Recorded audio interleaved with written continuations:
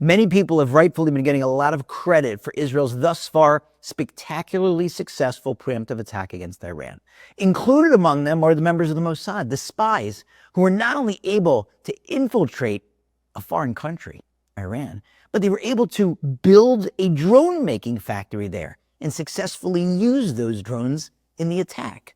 Appropriate to compliment those spies this week when we're talking about the spies, the infamous spies. For them, it didn't work out that well, at least for the 10 that brought back a bad report, convincing the Jews that they would not be able to conquer the Promised Land, even though God had promised it to us. But 2 of them did not go along with that plan, Yehoshua and Kalev. Kalev in particular gets tremendous reward and props and compliments from no less than God himself. But if you ask yourself, you have to wonder, what was such a big deal? He did make the attempt, but he didn't convince anybody. Everyone amongst the Jews went along with the bad report of the other 10 spies. And the answer, according to one commentator, is that if you look carefully at the sequence of the passages, you'll see something fascinating. The other 10 spies come back and they give their bad report. Oh, the land and its cities, the inhabitants, they're way too powerful, suggesting we'll never be able to win. Kalev gets up, hushes, silences everyone, and says, we absolutely will be able to conquer the land. He knows God is behind us. God's promised it to us. Of course we're going to be able to conquer it. And then the other 10 get up and they make their case even more forcefully. No, they're too strong. We won't be able to conquer it.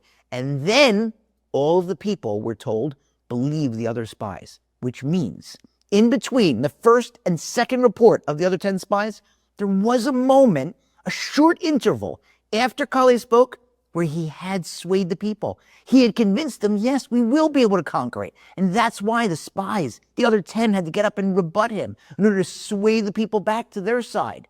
So yes, in the end, everyone went along with the other 10. But there was that brief, beautiful, shining moment when they believed Kalev. And that's why he gets credit. Because even a brief moment of having done the right thing is a really big deal. And right now, when we're watching what's going on, keeping in mind our brethren in Israel, hoping that they'll be safe, maybe we can, each of us, do a little extra, even if we're not going to keep it up. For the remaining, will hopefully be only remaining days or maybe weeks of the war, and hopefully everyone in Israel will stay safe. But during these remaining, however many days there are, can't we spend an extra brief moment, in addition to complimenting the Israeli military know-how and ingenuity and performance, recognizing that God had to be up there directing and protecting hundreds of jets, hitting their mark, returning in one piece. The Israeli Air Force now able to fly low over Tehran in formation. It's unbelievable what they've been able to accomplish. So few of the hundreds and hundreds of missiles aimed at population centers hitting. Yes, some hit.